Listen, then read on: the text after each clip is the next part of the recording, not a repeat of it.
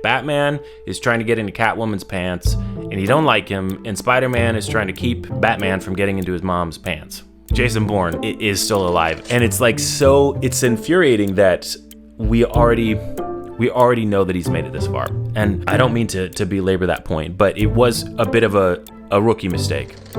The Odyssey came out last week, and I saw it in theaters, and it was not Christopher Nolan's best work, I'll tell you that much. It was visually amazing, but he made a major blunder that I think needs to be talked about. And it has something to do with that narrative thing he does, where he like changes up the storylines and like, you know, tries to deceive us with it. Well, he could have afforded to be a little bit more Christopher Nolan. So without further ado, let's get into that. All right, welcome back. Actually, you know what? I'm sorry, not welcome back. I'm putting this right ahead. This is the first podcast episode because it's so relevant. Everyone is watching the Odyssey right now. So apparently this is the first one you're watching. I'm going to tell you more about what we're doing here. But in the meantime, let's just jump right into the Odyssey and talk about Christopher Nolan's mistakes.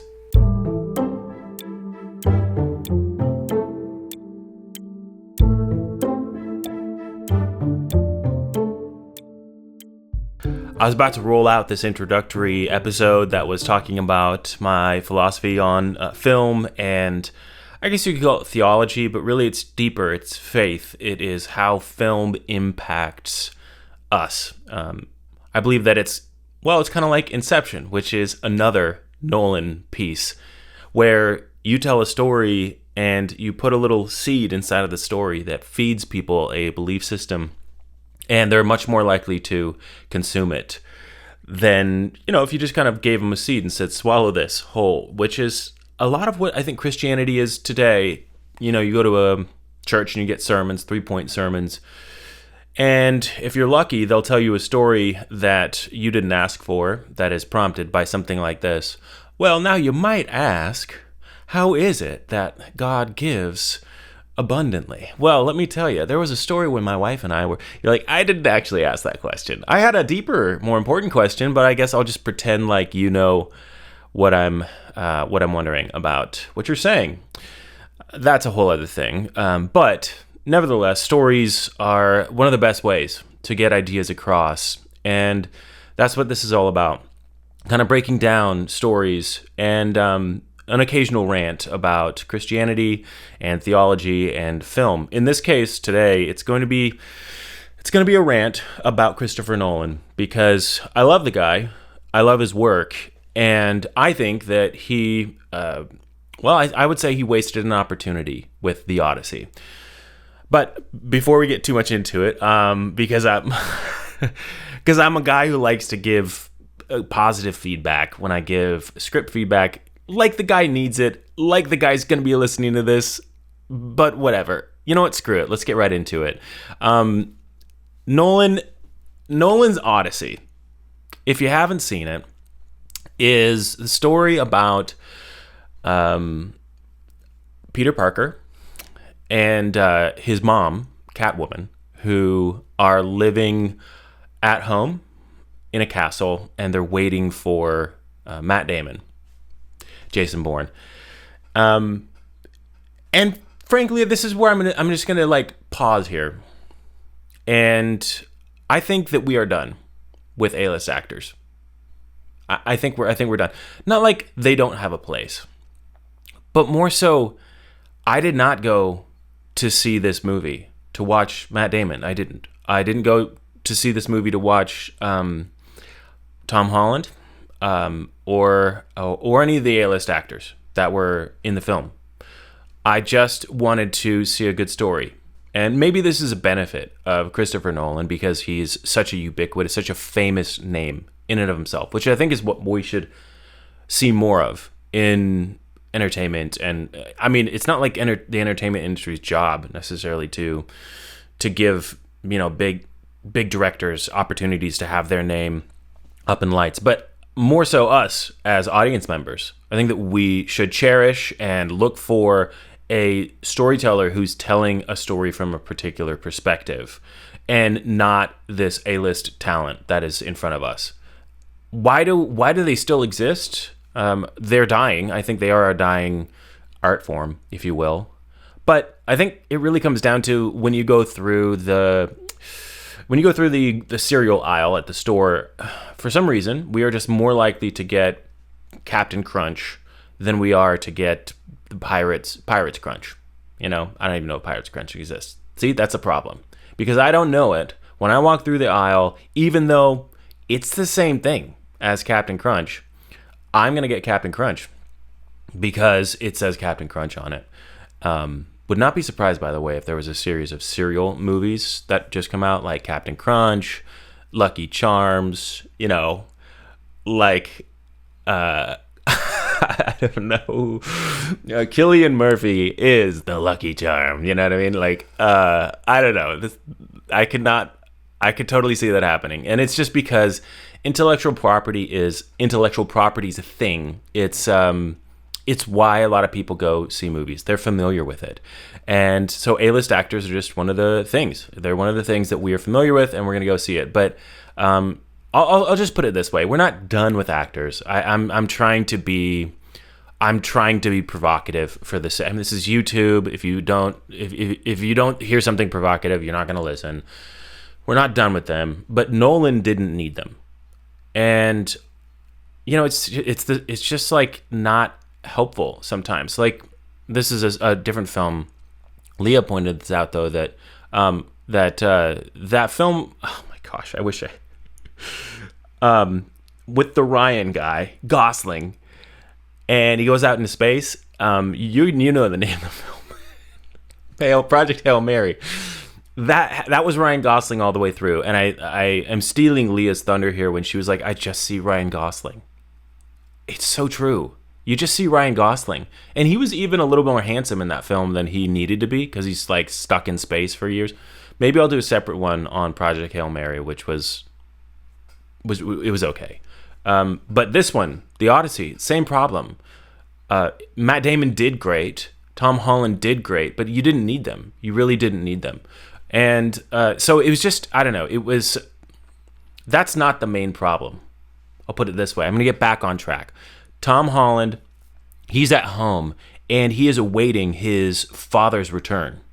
He has never met his dad.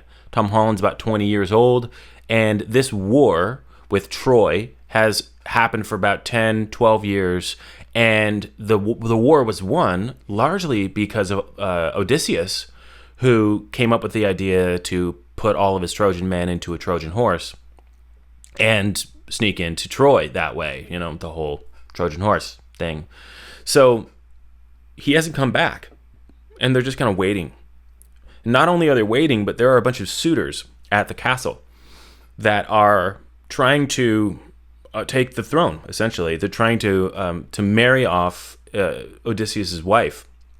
And she is, I'm just going to call her Catwoman, guys. I'm sorry. Catwoman she did great too, but she is not having it. She's been faithful this whole time to Odysseus, and she has these dinners regularly that are just sort of these banquets where these guys eat their food and drink the wine that has been in the cellar since Odysseus was home, and they're kind of running dry on all of that. And Batman is trying to get into Catwoman's pants.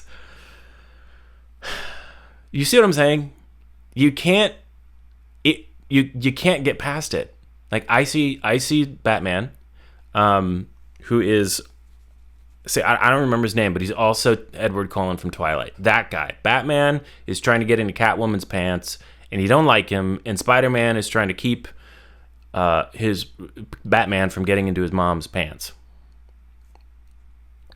And Jason Bourne is maybe still alive, and we hope he's going to come here soon. So that kind of is the setup, is the premise of the story. But then we cut to Matt Damon. And this is where I think Nolan made a mistake. I'm not going to be flashy. I'm not going to say he was a rookie or he did some major blunder. It's just, I think it's a mistake. We see Matt Damon and he's alive. That's not even a spoiler. This is the first 15, 20 minutes of the film, which in Nolan's span is like the first 5% of the movie, right? It's like a 2.5 hour movie. Probably didn't do the math right on that one, but this is the beginning of the movie, basically. And he is with Charlize Theron and cast away on some kind of an island, and she is feeding him this like it's a flower, it's the lotus flower, and he's been drugged up, and he doesn't remember much. So she kind of prompts him to remember what happened, and that's when he starts telling the story about the Odyssey, about what we know about, we know those. This is where I would say there's spoilers, but again, let me just make my point here. None of the he survives part of the Odyssey is a spoiler, because we just saw him alive. He's got gray hair. They already had some flashbacks of him when he was younger, so we know, oh, this is old Matt Damon, and he has been cast away on this island, and he's telling the story now of the Odyssey. So when we now get into this other storyline, which is a very Nolan thing to do, where we're following Matt Damon's son, and then we're following Matt Damon, and then we're following young Matt Damon, who's trying to get home with his men, we start to hear the stories of the traditional Odyssey narrative, right? Where like the sirens and their you saw the trailer, so there's like a cyclops that they come across when they're trying to travel home, and they want to get on an island and pillage for some food or something, right? And they get stuck in the cave of a cyclops. And all of this is insanely beautiful to watch. I mean, Nolan is amazing. And again, I'm not getting into, I wish I could, maybe next time I will prepare with all of just to be respectful of all the names of the people who are involved. And that's a part of what I need to do, and we need to do as Christian storytellers, is maybe we'll just get a little bit more in the details. But I'm going to be a general audience member on this. I'm going to say that the DP for Christopher Nolan is phenomenal. And the VFX and the practical effects are insane. Like, they actually made a giant puppet for the Cyclops, which is so cool. And really, like, it was fascinating to see this is a side tangent, but the interpretation of the ancient sort of myths, like the Cyclops. He's not a mythical figure in the sense that he's some completely magical being. His face is actually supposed to be that of a human. Like, he's more of a giant, which I guess is a magical being, but his face is distorted, so it almost looks like his eye should have been where our eyes are, but he was deformed as a child, and so his eye has moved up here, and his nose is to the side, like almost like his face kind of got twisted. So it's just kind of fascinating to see this interpretation of what those ancient myths were. And that goes along with something that I will praise Nolan for, which is that you never see a god in the world at all.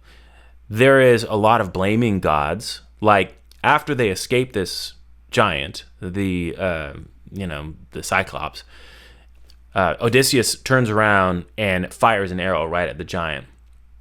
And the giant runs and chases after them, but they've blinded the giant, so he can't really get to them, and they just narrowly escape. But then the sea is just torrential. It's terrible, and they're fearing for their lives, and the men think that he's going to... that he actually, like, angered Poseidon, I think, because they believed that the giant was Poseidon's son. But you never see Poseidon. You never see these gods that they reference. Except for one, and that's Zendaya.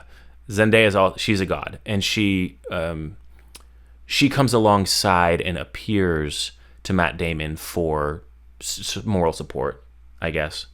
But for the most part, you really don't get, and you can even kind of get the sense there that it's mostly his mind, because she'll disappear and they'll be like, who are you talking to? So it could have just been a spiritual kind of relationship that he was having, or something internally that he was experiencing.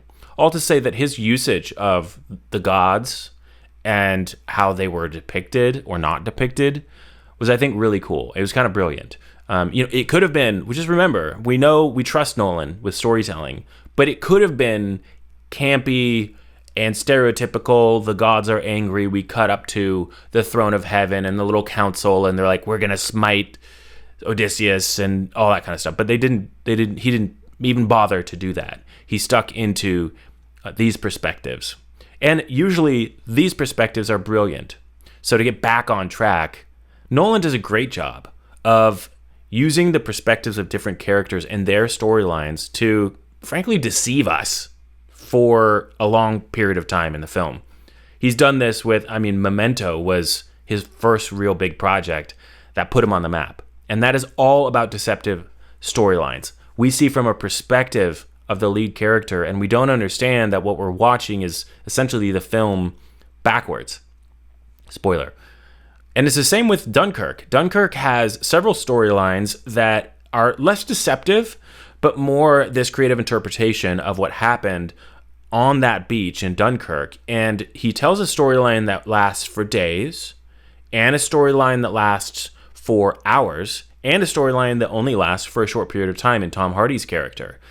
And so we don't really see or know exactly what these different storylines are, and he's not telling us that this was happening while this was going on. He really doesn't bother to tell us. He just lines these stories up from an emotional perspective, and all these different perspectives are kind of like building on each other. And that's a beautiful, it's like the bread and butter of Christopher Nolan. It is, that's why he's so legendary, is because there's like this old video of him that I saw on Instagram where he's kind of talking about film narrative and the traditional plot structure in a chronological sense.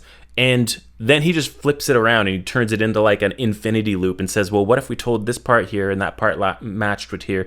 So he's like breaking the storyline up into a loop and then just deciding to film it like that. And so he sees perspective brilliantly. But in this case, I stopped and asked myself about 30 minutes in, okay, I'm used to this from Christopher Nolan, but why is he doing it? What's the intention? I would expect that there's an intention behind these narratives. And that one storyline, the old Odysseus, Matt Damon and Charlize Theron on an island, apparently he's kind of stuck there and has been for a while. And in fact, we know that he's been there for, well over 5 years, I would say.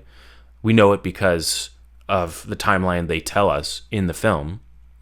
And I say that because I guess this is a spoiler, but not really. Again, there's no spoilers. He asks her after he kind of comes down from this flower drug he's been having, wait, how long have I been here?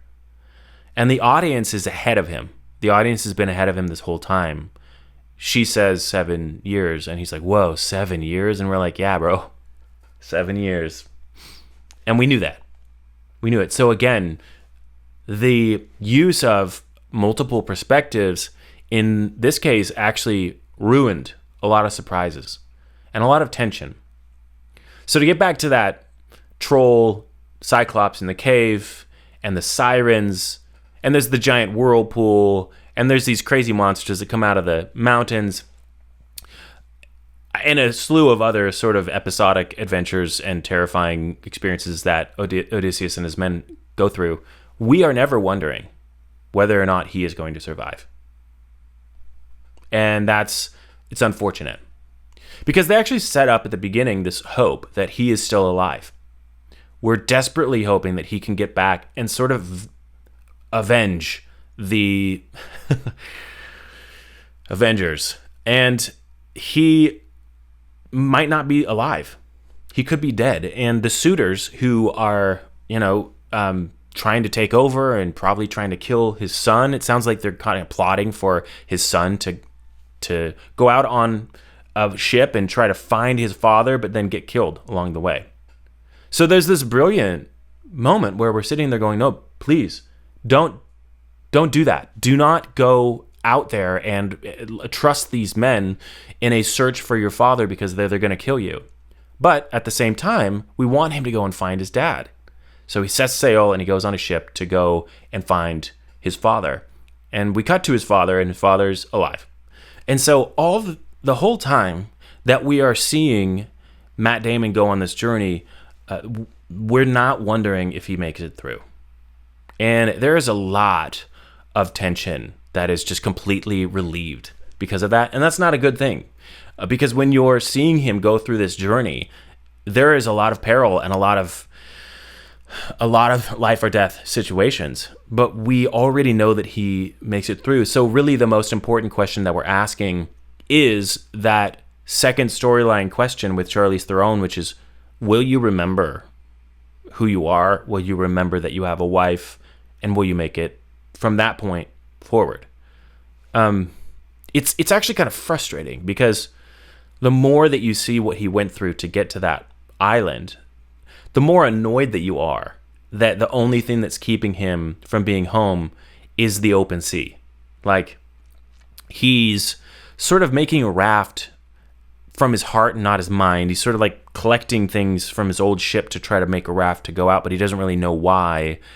And if he makes a little raft and he gets out into the ocean and tries to make it back home, there's nothing that's going to kill him. There's nothing that's going to stop him at this point.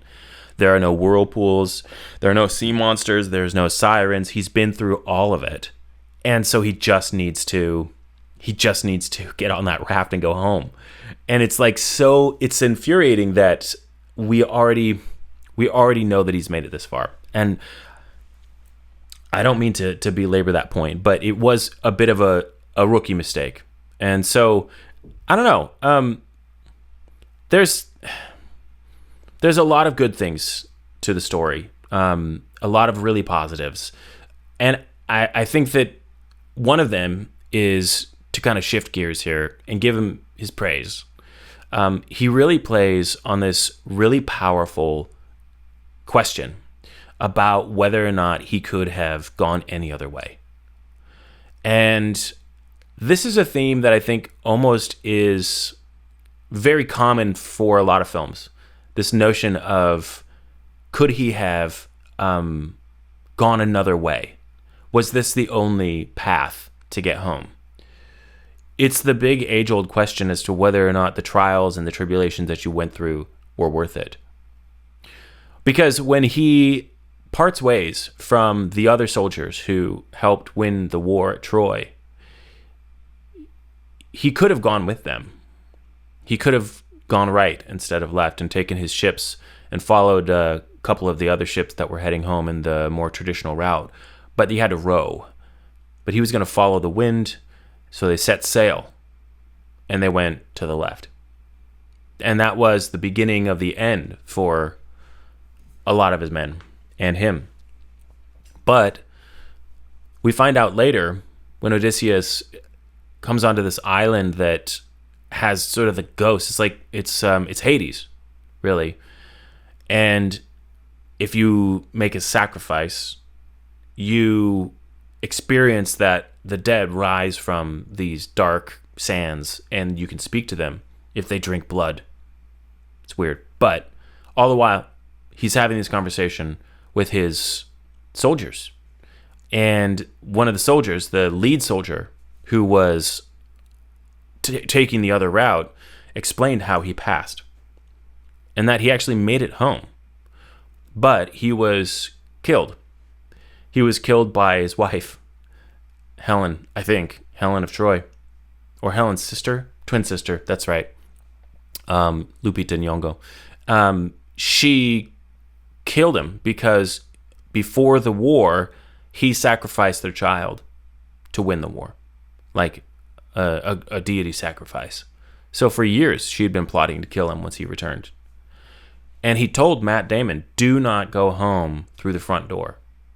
Don't expect to be celebrated. Don't expect applause. You need to go quietly first. Go in through the back door and find out who's his snake. And he tells him that. So we're sort of holding that. And that even is a question that we have for the entirety of the film. Because while we do know that he survives and he makes it all the way to Charlize Theron's island, we don't know if he gets it all the way home. So there is still a bit of tension that is remaining for the story. And by the time that we get there, which it is the bottom of Act 2, we are urgently hoping that he can get back to his son and avenge them, because the suitors are this close to killing his son and taking over the castle. And Odysseus's name is mocked. The notion that he would still be alive is mocked. His servant is beaten, and his dog is cast out into the streets, kind of onto this dung hill. The dog has been alive for these 20 years, waiting for his master to come home. So he finally does make it home, and he goes through the back door. And he is smart now because of the experiences that he's gone through. He's ready. And so you see that all of the experiences that he went through and all of the decisions that he made landed him to this place where he got home. And not only did he make it home, but he was prepared for what was coming. He was prepared for the way that people would respond. And so it makes you question whether or not he could have come home any other way. And this is a theme that runs throughout the entire film. Not just with coming home, but with the routes he'll take. He is told by witches and witch doctors and prophets that if he goes one way, he'll lose everyone. If he goes another way, he'll lose 6 men. If he goes this way, everyone dies. If he goes that way, he's the only one that remains. So it's a constant debate as to whether or not he should go with his gut, do the thing that maybe is practical, or if he should follow the will of the gods, or follow the prophecies, and follow the divine way in order to make it home. And that is his crux. Is like, am I going to sacrifice my men and not do the thing that probably feels like the right decision at the moment? Or am I going to go the way that I know is true? And that's, I think if we boil it all the way down and we just cast away the kind of the notions that this is, a multi-theistic world with lots of gods and weird stuff and blood sacrifices in order to raise the dead from Hades, just that feeling, just that belief system, if you boil it down, I think is something that is really profound and really beautiful. Do you really think that? Do you think that there is purpose in all of the trial that you go through? It's, at first, a lesser of two evils. You lose this many men, or you lose that many men. You all die, or everyone but you dies. And so just perpetually this debate as to whether or not you want to lose everything or most, right? And that's its own question, right? And I would pose this question: is God fixing problems? Is he trying to make the best of the problems? The big whirlpool that's in the middle of the ocean that you're heading toward? The sirens that are on the island that draw you with their song? Is he just sort of fixing things? Or does he have an intention behind every part of it? Because there was no way back home except the way that he went. And there was no version where everyone survived. There was only the version where only he survived. Either only he survives and he learns through the man that was raised from the dead and Hades to take the back door when he comes home, or everybody dies. And I think that that's a beautiful theological statement. And okay, maybe it's used in the Greek world with the Greek gods and fanciful cinematography, and it's Christopher Nolan. But this is what I'm talking about with Jesus' parables. Jesus told stories that were not about the thing that it's about. He told stories about agriculture. He told stories about being tossed into Sheol. and going to the bosom of Abraham, right? We don't believe that you go to the bosom of Abraham, right? When you die, you don't go to the bosom of Abraham. But he told a story about this man who was a poor man who died, and he went to the bosom of Abraham. And the other man, the rich man, he didn't. There was a big chasm. So he's giving this picture, and we've just accepted that this is a parable or an analogy or something, like we believe part of it. And I think maybe we'd be wise to consider this picture as a picture of what Sheol or hell really looks like. But at the same time, we do not, to this very day, hold to the belief that you go to the bosom of Abraham. He was probably, at very least, just telling a story to get a point across. And he tells stories about spreading seed in order to get a point across. But what the story is really about is preaching the gospel. You know, he talks about the prodigal son who takes the inheritance, leaves for a long time, wastes it all, and comes back and is celebrated by his father.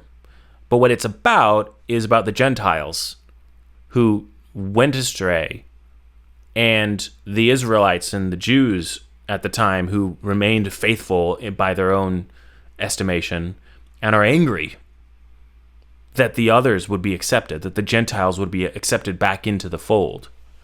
And he tells the story to them in order to get that point across.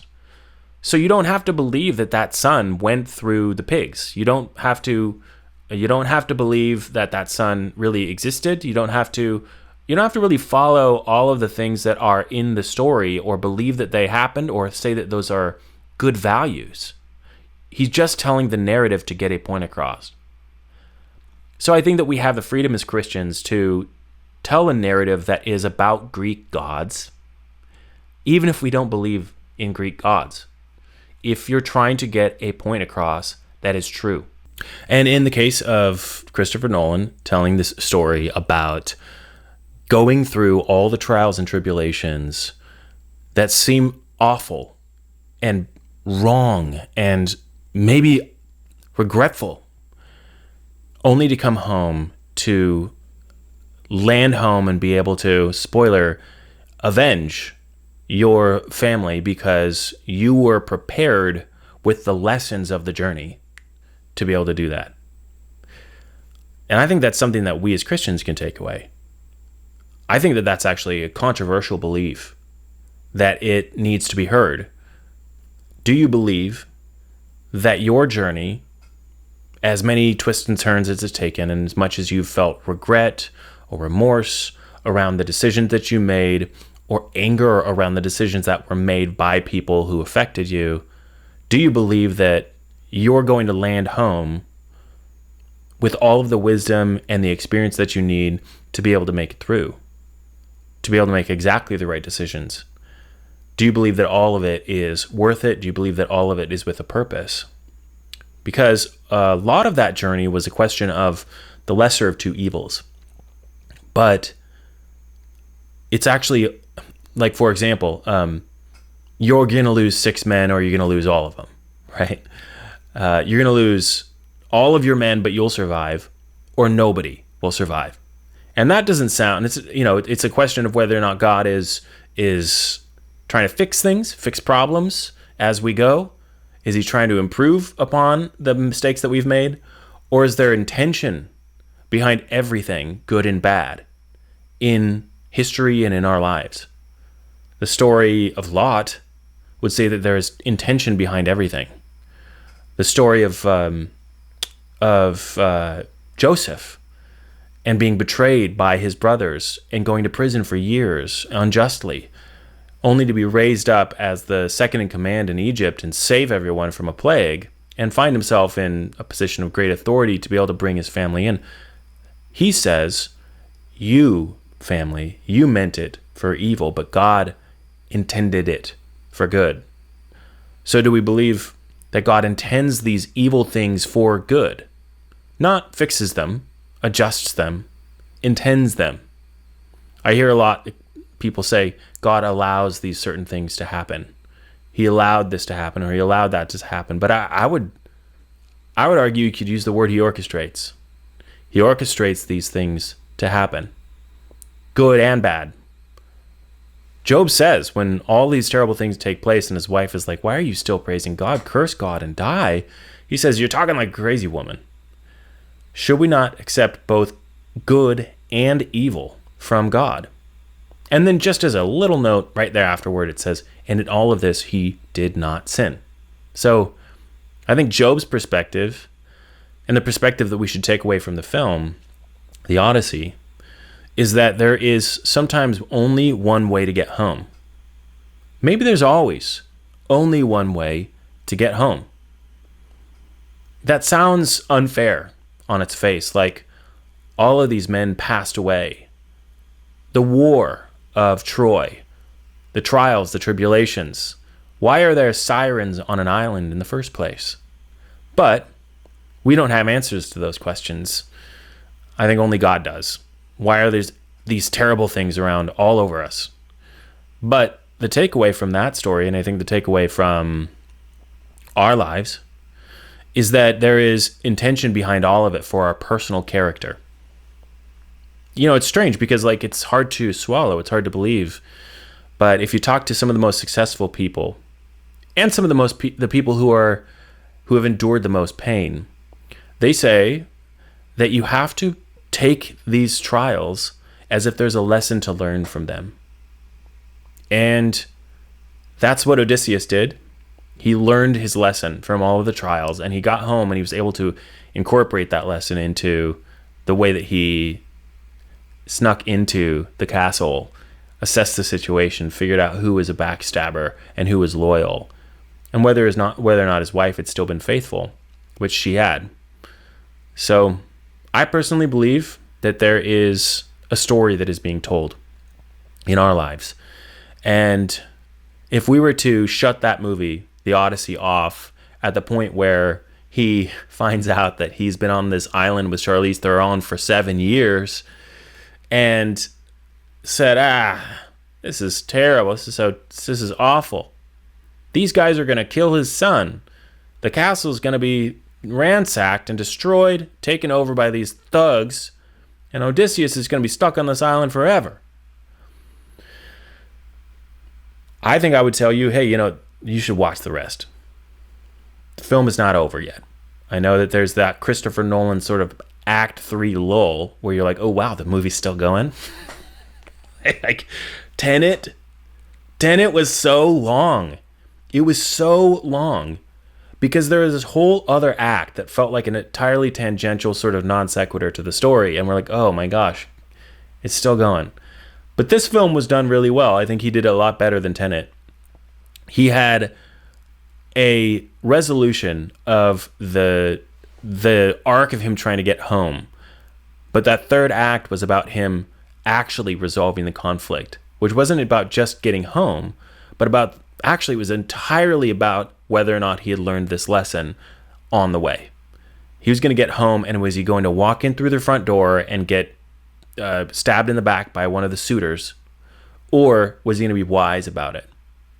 And his experience proved to be very, very beneficial.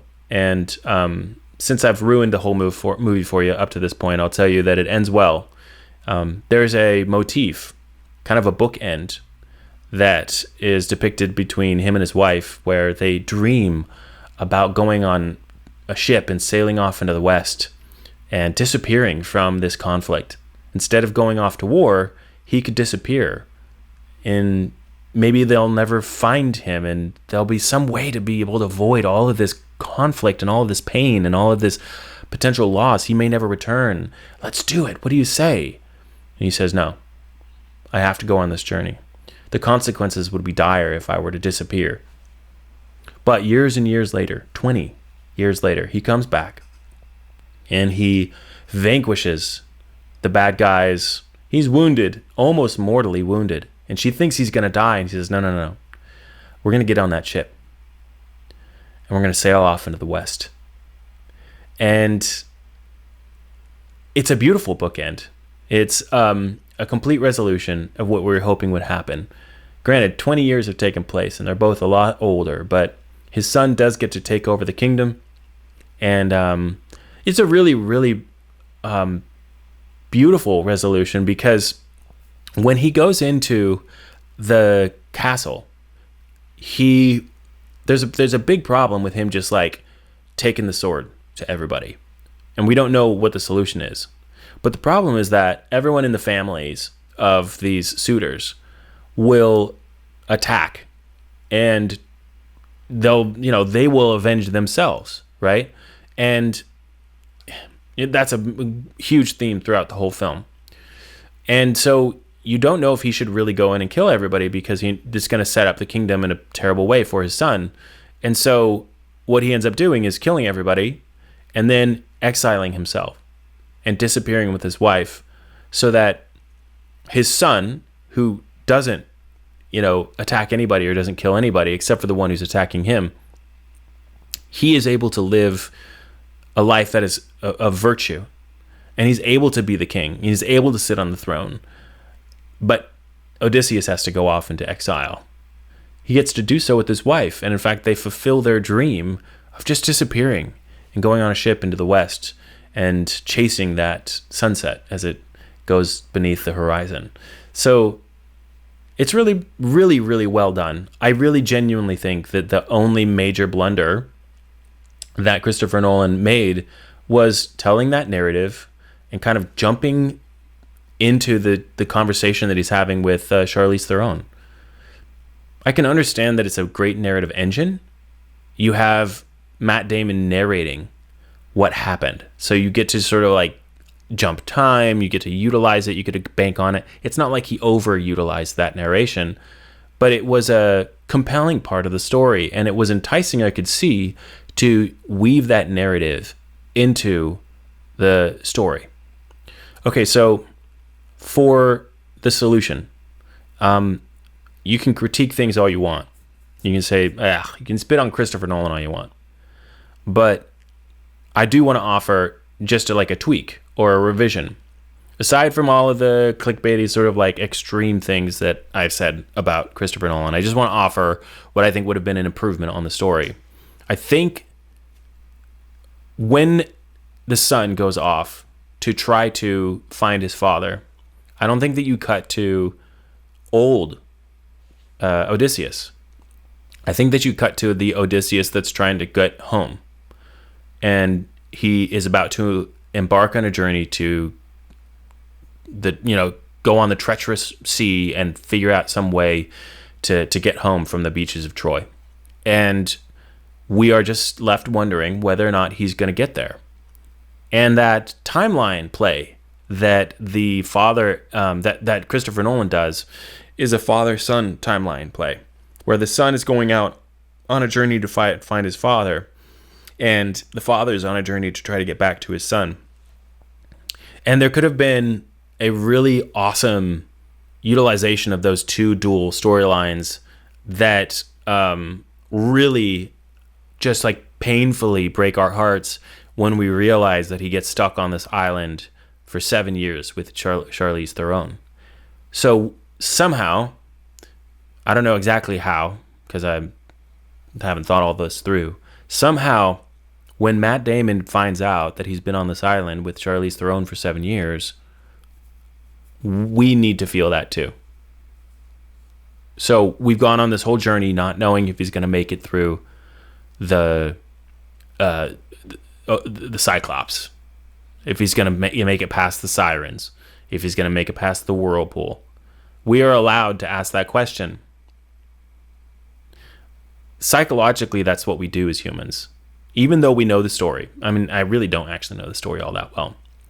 But even though we assume that he's going to make it home, because the filmmaker has established that hope in us that he's going to make it home.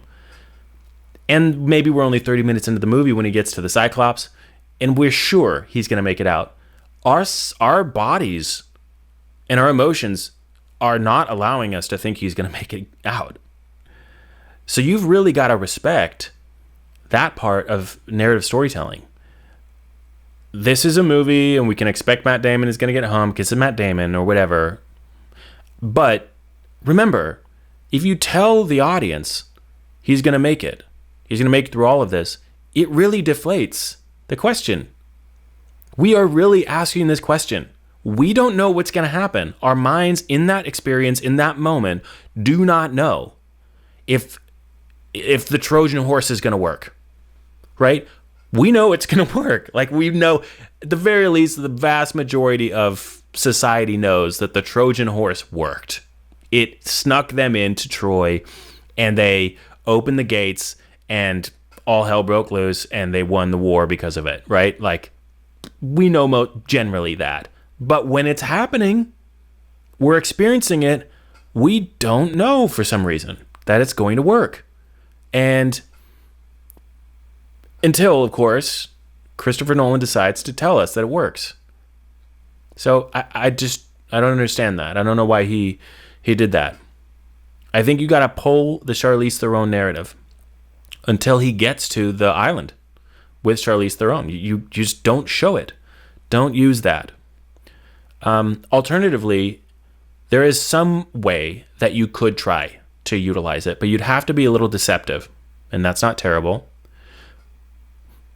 And the first thing I think of is Charlize is drugging him to be more happy on this island, to care less about whatever happened in the past, because the way that he got here was so devastating. He lost all of his men in a shipwreck, was cast away onto this island, and he seems to be in such torment that she gives him this drug, this flower drug, and he just loves it. He takes it up. He doesn't know how long he takes up this drug, and kind of like numbs his mind while he heals his body, and he's been there forever.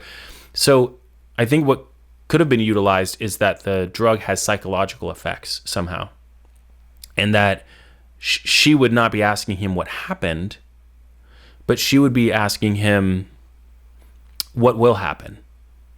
Now, just play along with me here. He's on a beach in Troy in a similar situation with all of his men. And it's a sandy beach, blue skies, vast ocean in front of him. And they're comparable settings.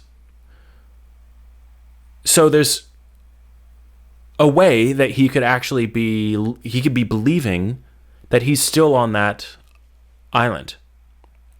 And what I mean is on the island of Troy. He could still believe he's on the island of Troy.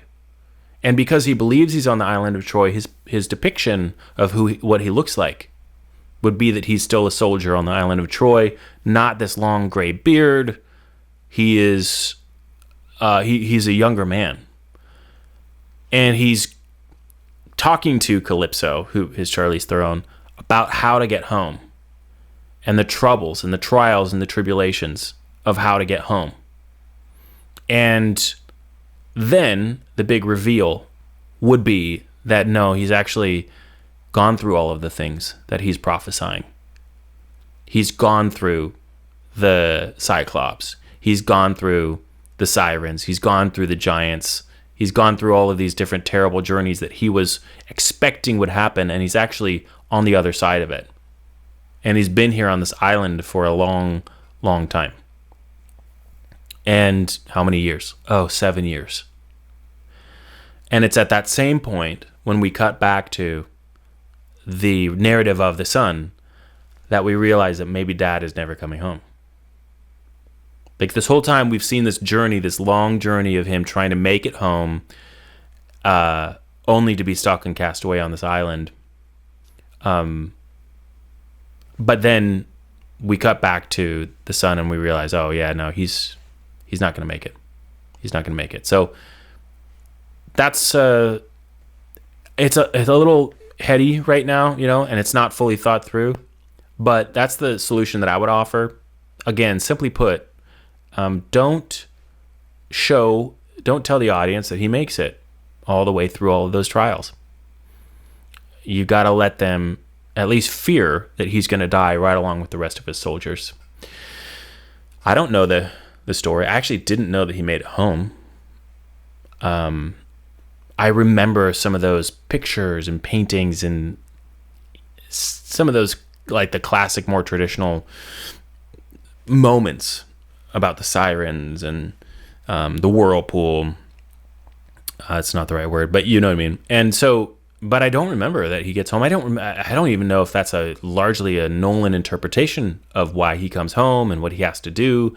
I don't know the story of the Odyssey. So, and I think a lot of general audiences don't. They're right there with me. So, I think maybe he presumed too much that people knew the story and that they would walk in and that their minds, their souls, their bodies, when they experience it, wouldn't be so excited anyway, or wouldn't be so worried about him surviving that he can tell them from the get-go. I don't think that's true. I don't think that's true. I think that you underestimated, or maybe you overestimated the audience in thinking that they're coming in going like, he makes it home, no biggie. And so you told them from the start, and that really kind of ruined it for me. As visceral and impactful and powerful as some of those visuals are, and the way that they shot this, like the giants that chase after them, the giant soldiers that are like 10 feet tall, just amazing. And I've seen some of the behind the scenes, like apparently they hired like a 4'11" woman who's really strong, so you can actually like show her arms, and she, from the back you put a helmet on her and put the cape like Odysseus had. It kind of looks like Matt Damon is from the back is fighting a giant, and the giant is like this 7'5" tall dude, and so they actually shot it practically, but just the way that they got that perspective was, it's brilliant. You don't need CGI for it. So he had all that trickery, and it was amazing, and it caused so much tension and so much suspense, but it was all sort of cut out at the knees by giving it away.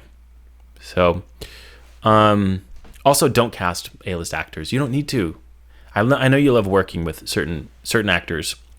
And a side note, by the way, all the hubbub about Elliot Page being in the film and it being all woke and stuff, he was just casting people that he's trusted, before. And Elliot Page plays Batman's little brother, and I believe it. He was not, what was it, the Ghost of Troy or whatever. She, they want to, I don't know. That's a whole other issue. But Elliot was not playing the Ghost of Troy. It was not a super significant role in the film, and the part that was played was Elliot did a pretty good job. So, anyway, so that's my take, and I think we'll leave it there because I've got things to do, and so do you. So I hope that this was a helpful kind of dialogue and discussion about the Odyssey, and leave a comment and tell me what you thought about some of these things, if there's actual problems here or if I'm overanalyzing it. And if there are, what are some solutions that you would use? I don't think Nolan is exempt from being critiqued and offering suggestions and ideas. Nobody should be. So in the meantime, please subscribe to the channel and leave a comment and just let me know. If there's a film that you'd like me to talk about, then leave a comment below as well. I'm going to try to stay relevant on films that are coming out. So if there's something that's coming out soon or has come out recently, then leave a comment and I'll go and watch it, and we'll talk about it. So anyway, thanks for listening, thanks for watching, and I'll see you next time.